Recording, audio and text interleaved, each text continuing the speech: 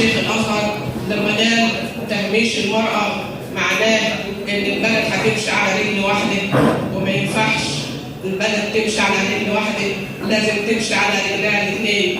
وسياده الرئيس حفظه الله الرئيس عبد الفتاح السيسي يكفينا ان هو لما قالوا له عايزين وزاره للمراه قال لهم انا وزير المراه، وهذا فخر. ما شفناش رئيس على مستوى العالم قال انا وزير للمراه. المراه محتاجه كتير، وخاصه في الريف. المراه مهمشه. مصر محتاجه كتير. مصر هي ام البلاد وغوث العباد وموطن المجاهدين والعباد. مصر اسمها عباده وخيرها زياده وجنودها ساده، فكلنا ايها الساده على ارض هذه الارض العزيزه، الارض التي كرمها الله سبحانه وتعالى في القران الكريم 5 مرات صراحه و30 مره بالاشاره اليها. البلد الوحيده في العالم اللي حكمها نبي هي مصر. خلي بالكم يا حبايبي عشان تعرفوا قيمه الارض اللي انتوا عايشين عليها. البلد الوحيده في العالم اللي حكمها نبي هي مصر. لما العالم كله احتاج جي مصر علشان ياخد من خيرات مصر. يعجبني احد الصالحين لما قال لو ضرب حول مصر بسور.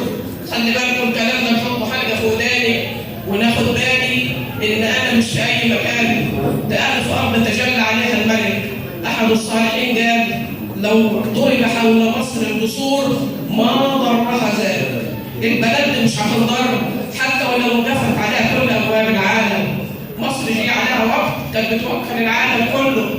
مصر هي الامن والامان، المكان الوحيد على الكره الارضيه اللي تجلى عليه الملك سبحانه وتعالى ووصل صوت الملك سبحانه لارض هي ارض مصر. لما تجلى الملك لسيدنا موسى عليه السلام وقال له اخلع عليك انك بالوادي المقدس طوى. وقريت مؤخرا ان في اخر الزمان باذن الله سبحانه وتعالى عند انتهاء هذا العالم سيدنا عيسى عليه السلام ربنا هيأمره ان ياخذ المؤمنين في جانب الطور.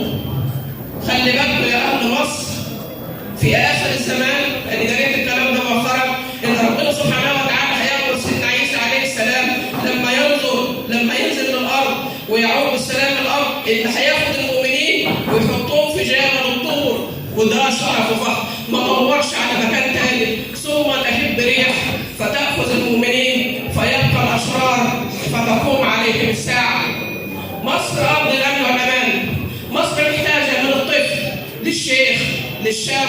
احنا محتاجين ناس قلوبهم قلوب الشباب، فيهم قوه الشباب، فيهم حكمه الشيوخ، فيهم براءه الاطفال. البلد محتاجه الكلام ده، محتاجه علشان خاطر كل واحد فينا ما يقولش انا هنعمل ايه، لا انا هنعمل. ربنا سبحانه وتعالى حط في كل واحد مخلوق على الارض من ولاد ادم حاجه يفيد بيها بلده ودينه. ربنا قال الكلام ده في القران. انا من دايما عندي لما ربنا سبحانه وتعالى قال او حسبتم انما خلقناكم عبثا وانكم الينا لا ترجعون. ما احناش مخلوقين عبث، احنا مخلوقين لمهمه، وكل واحد فينا مخلوق له مهمه هيحاسب عليها لو قصر امام الله سبحانه وتعالى. انت كان جواك تخدم بلدك بكذا وقصرت، كان جواك تخدم دينك بكذا وقصرت، هتتحاسب عليه. يا رب ارزقنا الامن والامان والسلامه والاسلام. اللهم امين. اللهم احفظ قائد هذه البلاد، اللهم ايده بتأييدك، اللهم ارفع على يديه الرايه، اللهم حقق به الغايه، اللهم اجعله فخرا وزخرا للاسلام والمسلمين. اللهم امين. وصلى اللهم وسلم وزد وبارك على سيدنا محمد وعلى اله وصحبه وسلم. والسلام عليكم ورحمه الله.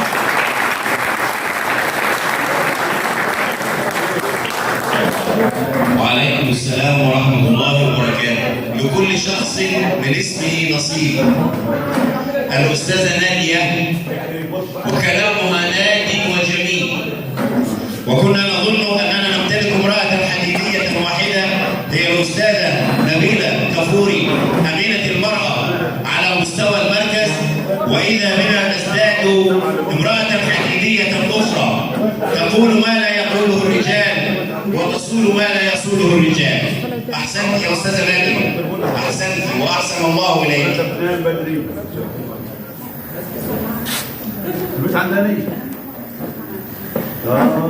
طيب. قبل الختام نفتح باب التساؤلات. أي حد لديه تساؤل أو استفسار أو أي شيء يتفضل هنا إن شاء الله. سيادة المهندس عبد المنعم يرد عليه.